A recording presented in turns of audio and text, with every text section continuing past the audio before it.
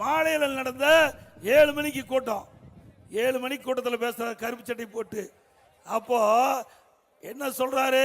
இதுக்கு முந்தி காலையில் சொன்னது திரு எடப்பாடி பழனிசாமி திரு உள்துறை அமைச்சர் ஒரு கூட்டத்தில் பேசுறது வச்சுக்கிட்டு சொல்றாரு அதை போய் தண்ணியில எழுதி வைக்கணும்னாரு.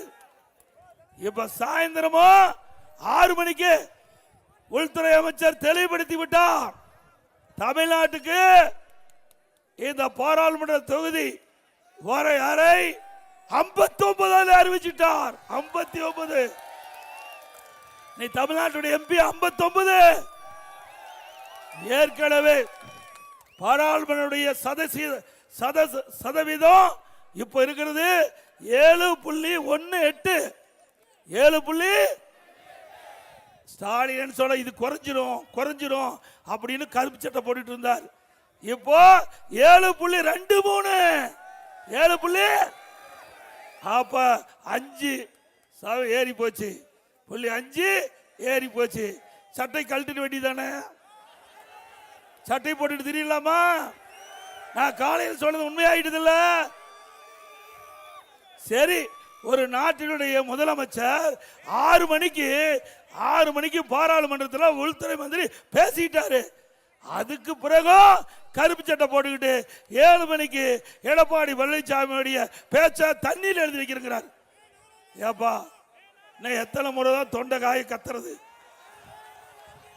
ஏப்பா, நான் தான் இல்லைன்னு சொன்னேன். ஆனா நீங்க திரு ஸ்டாலின் இல்ல எடப்பாடி பழனிசாமி வேண்டுமென்றே திட்டமிட்டு தமிழகத்தை வஞ்சிக்கிறார், இன்னைக்கு மத்தியில் இருக்கின்ற ஆட்சியாளருக்கு அடிமை அப்படியெல்லாம் பேசிட்டு இருந்தார். நான் இல்லவே இல்லை. ஏற்கனவே உள்துறை அமைச்சர் தெளிவுபடுத்தி விட்டார். தமிழ்நாட்டில் நாடாளுமன்ற தொகுதியுடைய எண்ணிக்கை குறையாது, ஏற்கனவே இருக்கின்ற சதவீதத்துக்கு குறையாதுன்னு சொல்லிட்டார்.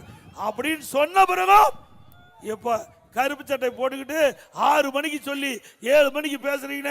அப்படின்னு அந்த நாட்டுடைய தமிழ்நாட்டுடைய நிலைமை என்ன? ஒன்னும் தெரியாத முதலமைச்சர் தானே. உங்களுக்கு உளவுத்துறை இருக்குல்ல, உளவுத்துறை கையில் இருக்குதுல்ல. உளவுத்துறை என்ன சொல்லிருக்கணும்? கருப்பு சட்டை கழட்டிருங்க.